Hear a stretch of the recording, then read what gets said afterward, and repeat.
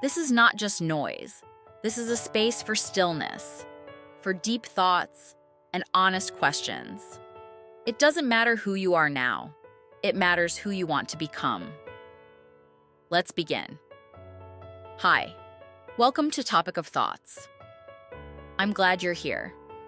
Today we're going to explore something uncomfortable, but necessary. Something that silently ruins connection, little by little. Not with screaming, not with betrayal, but with one quiet voice in your head that always says, "I'm right. They should come to me. I don't need to explain myself." Let's talk about ego and what it really does to relationships. Because maybe you're not tired of love. You're tired of the walls ego builds between you and the people you care about most. Have you ever had a fight with someone you love? And deep down, you knew you were wrong. But you still didn't apologize? Not because you didn't care, but because something inside you whispered, "You'll look weak. You'll lose power. They should apologize first." That voice, that's ego. It doesn't care about connection. It cares about control. It doesn't want peace. It wants to win. And the more we listen to it, the more we lose. Not just arguments, but trust, closeness, softness. Moments that could have healed everything.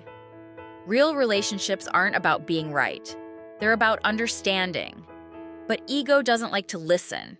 It interrupts. It assumes. It hears one sentence and already builds a defense. You ever talk to someone and realize they're not hearing you at all? They're just waiting for their turn to speak?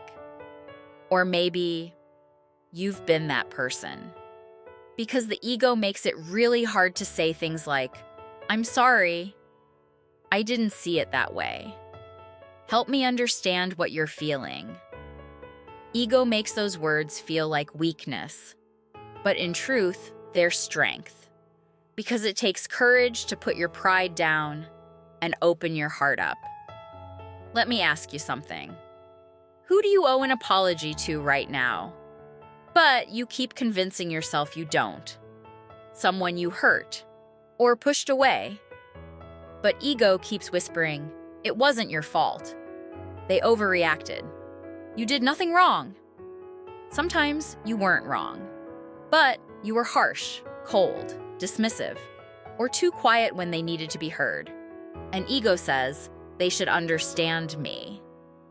But relationships aren't built on people reading your mind.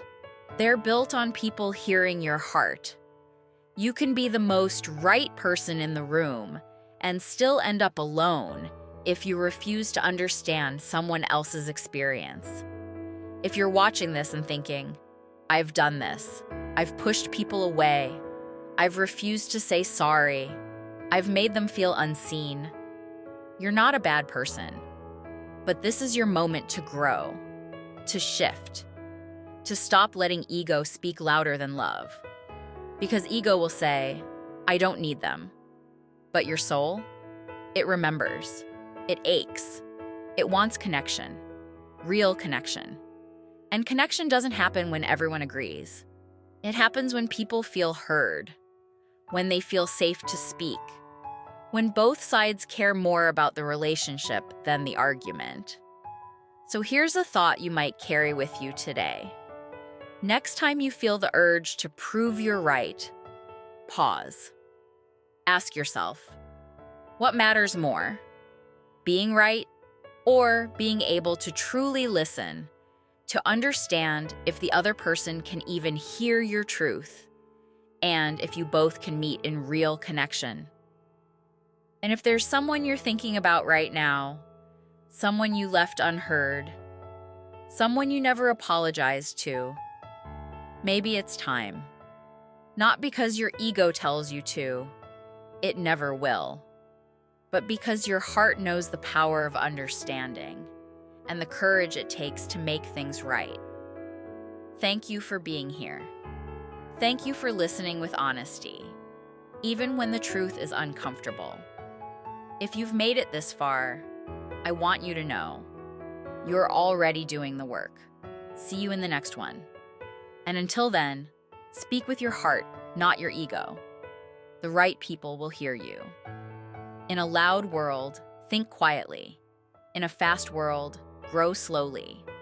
Your silence is powerful. Your thoughts are gold. Until next time, stay deep.